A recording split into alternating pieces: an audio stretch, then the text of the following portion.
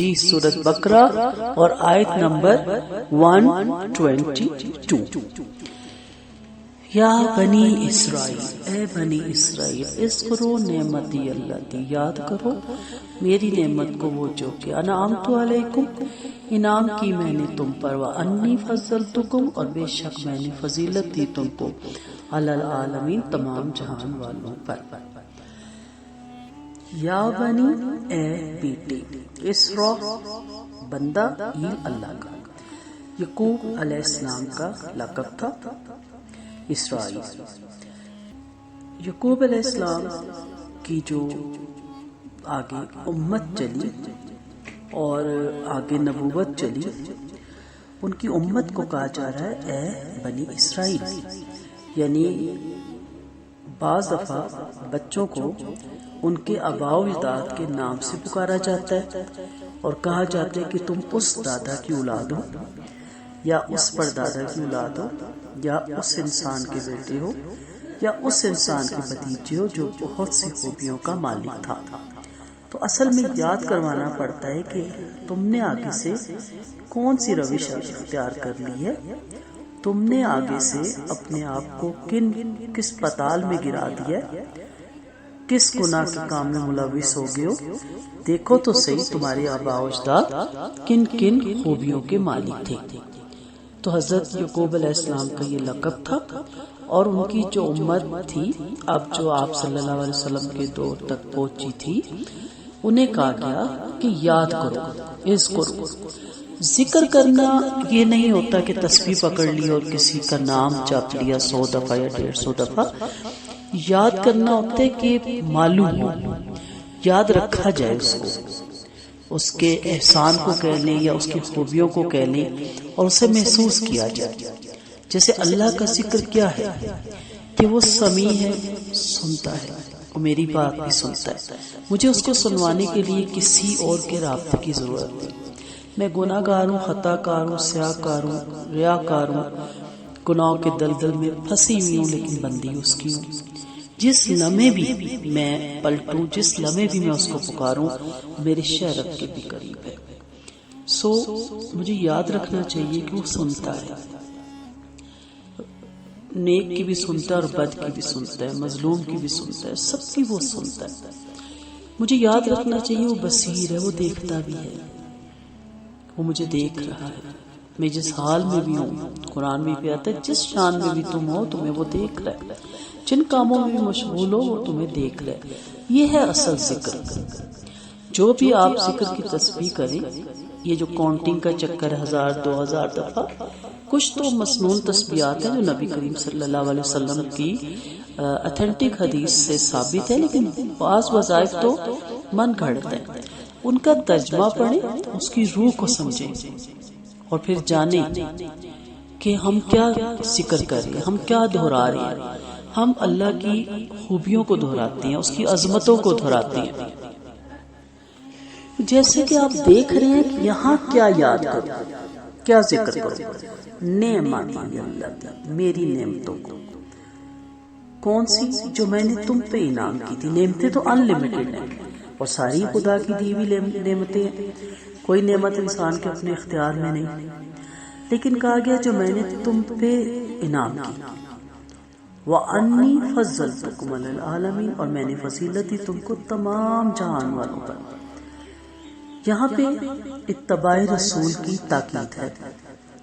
یہ آیتیں پہلے بھی اس طرح کی گزر چکی، یہاں تاکید ہے کہ تاکید کے لیے ہے، اور اتباع رحمت عالم صلی اللہ علیہ وسلم کا شوق دلانے کے لیے لائی گئی، جن کی بشارتیں، صفتیں، نام، کام اور جن کی امامت کا ذکر خیر اہل کتاب اپنی کتابوں میں پاتے تھے، ذکر خیر اہل کتاب اپنی کتابوں میں پاتے تھے۔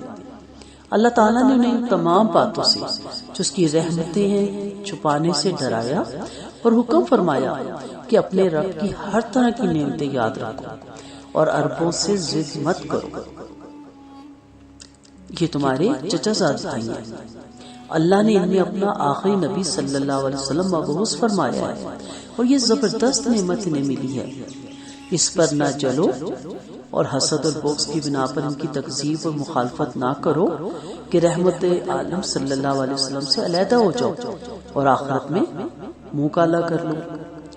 اللہ نے کہا وَأَنِّي فَضَّلْتُكُمْ عَلَى الْعَالَمِينَ، اور بے شک میں نے تم کو تمام جہانوں والوں پر فوقیت دی۔ یہ بہت بڑی نعمت تھی کہ زیادہ تر پیغمبر، اگر آپ چین دیکھیں پیغمبروں کی، تو سب ایک دوسرے کے اولاد نسل در نسل پیغمبری بنی اسرائیل میں رہی، اور کتابیں بھی بنی اسرائیل میں ہی نازل ہوتی رہی، رسول بھی آتے رہے، اور یہ بہت بڑی اللہ کا ان پہ انعام تھا۔ لیکن جب یہی بنی اسرائیل سے امامت لے کے، اس کی وجہ اگر آپ کو یاد ہو تو میں نے پچھلی اس آیت میں دہرائی تھی، میں دوبارہ انشاءاللہ اگلی آیت میں دوبارہ اس کو ریپیٹ بھی کر دوں گی۔ تو جب بنی اسماعیل میں یہ نعمت گئی، وجوہات آپ جانتے ہیں، تو انہیں ایک دم حسد ہونے لگ گیا کہ یہ تو ہمارا شاید کوئی فورڈ گرانٹڈ لے لیا کہ شاید ہماری کوئی خوبی کوالٹی تھی کہ ہم میں ہی نبی آنے تھے۔ آپ کی کوئی خوبی اور کوالٹی نہیں تھی، اللہ کا احسان تھا، اللہ کا انعام تھا۔ اور جب اس انعام کو اپنا گٹس، جیسے قارون نے کہا جی میں تو ہوں ہی بڑا دھنی قسمت کا، میں نے تو بڑی محنت کر کے دولت کمائی ہے، تو کیا ہوا تھا؟ خزانے سمیت پھنسایا گیا نا۔ فرعون نے کہا کہ میں تو خدا ہوں، نعوذ باللہ، خدائی کا دعویٰ کیا، کیا ہوا؟ غرق کیا گیا نا۔ شیطان نے کیا کہا؟ انا خیر منہ، میں تو بہت بہتر ہوں آدم سے، میں کیوں اس کو سجدہ کروں؟ تو روندہ درگاہ ہوا۔ ہر وہ گٹس، ہر وہ نعمت، ہر وہ خوبی جو آپ کے ساتھ ریلیٹڈ ہے، آپ کا اخلاق اچھا ہے، کردار اچھا ہے، اعمال اچھا ہے، اخلاق، معاملات، عقائد، یہ میرے رب کا انعام ہے۔ اسی کے بندے ہیں نا جو بھٹک جاتے ہیں، اسی کے بندے ہیں جو بے ہدایتیں ہو جاتے ہیں۔ یہ کیا زوم ہے، یہ کیا تکبر ہے؟ علم کا، نیکی کا تکبر، اس سے پناہ مانگی گئی۔ شکر کریں کہ اللہ تعالیٰ نے آپ کو ہدایت دی، شکر کریں کہ اس نے آپ کو گندگی سے نکالا ہوا ہے، کہ اس کا انعام ہے۔ اور یہ انعام جب کسی اور کو ملے تو پھر حسد نہیں کرتے، جلن نہیں کرتے، شکر ادا کرتے کہ اللہ نے میرے بھائی بہن کو بھی اس نعمت سے نوازا، نہ کہ صرف مجھے ہی ملے۔ تو اس طرف ان کو کہا گیا کہ تم لوگوں نے ضد لگا لی ہے۔ صرف بیسک وجہ کیا ہے کہ ہمارا شاید یہ گٹس تھا، ہماری یہ صرف حیثیت تھی، اور یہ کسی اور کو ملنی نہیں چاہیے تھی۔ ایسے کیسے ہو سکتا ہے؟ ٹھیک ہے، ایسے تو نہیں ہو سکتا۔ اللہ تعالیٰ جب دیکھتا ہے کہ کون کس خوبیوں کا مالک ہے، تو اللہ تعالیٰ اس کو پھر اپنی بہت سی نعمتوں سے نوازتا ہے۔ تو یہاں پہ دوبارہ نبی کریم صلی اللہ علیہ وسلم کی اتباع کی تاکید اور ترغیب دی گئی۔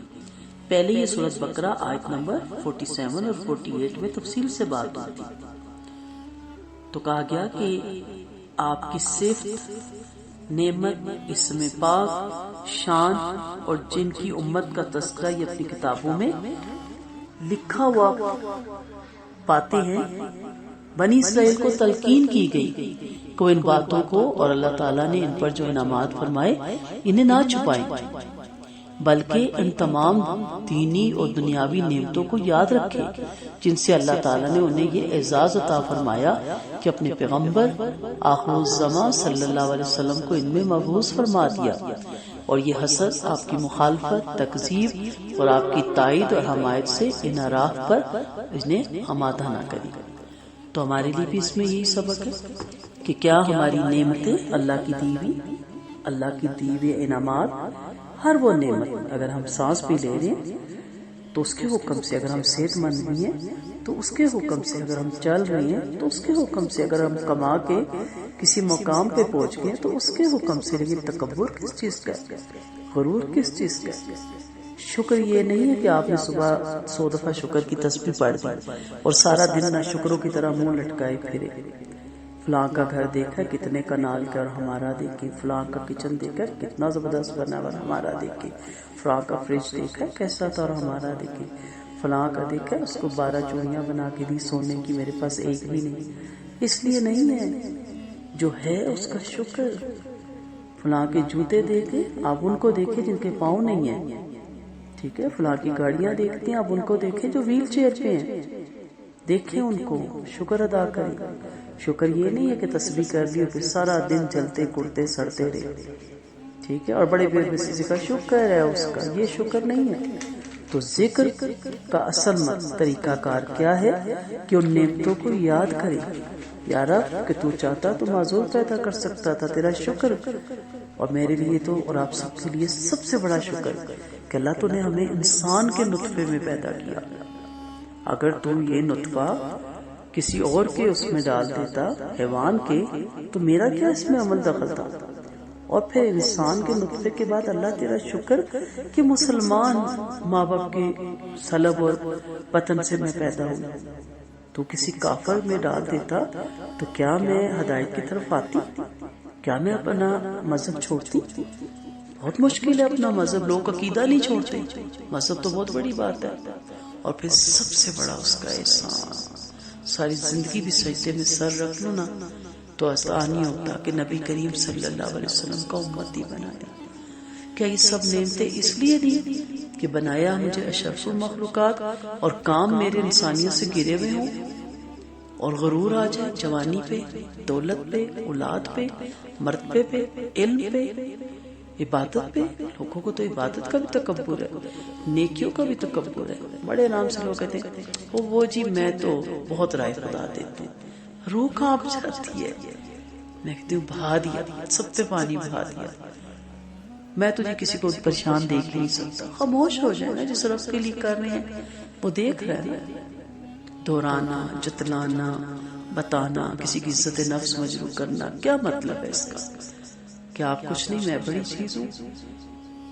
تو اس لیے یا بنی اسرائیل، یہ صرف بنی اسرائیل نہیں، نبی کریم صلی اللہ علیہ وسلم کی امت بھی مخاطب ہے، آیت منسوخ نہیں ہوئی ہے، ہم بھی اس کے زمرے میں آتے ہیں۔ یاد کریں اللہ کی نعمتوں کو، وہ نعمتیں جو اس نے آپ پہ انعام کی ہیں، شکر ادا کریں۔ اور بہت سی چیزوں میں آپ کو فضیلت بھی دی ہے۔ سب سے بڑی فضیلت کہ نبی کریم صلی اللہ علیہ وسلم کی امت میں آپ کا شمار ہوتا ہے، جس پہ فخر کریں گے میرے نبی۔ سب سے آخری امت، سب سے پہلے حساب اس امت کا ہوگا، تو اللہ کا شکر ادا کریں۔ وآخر دعوانا ان الحمد للہ رب العالمین۔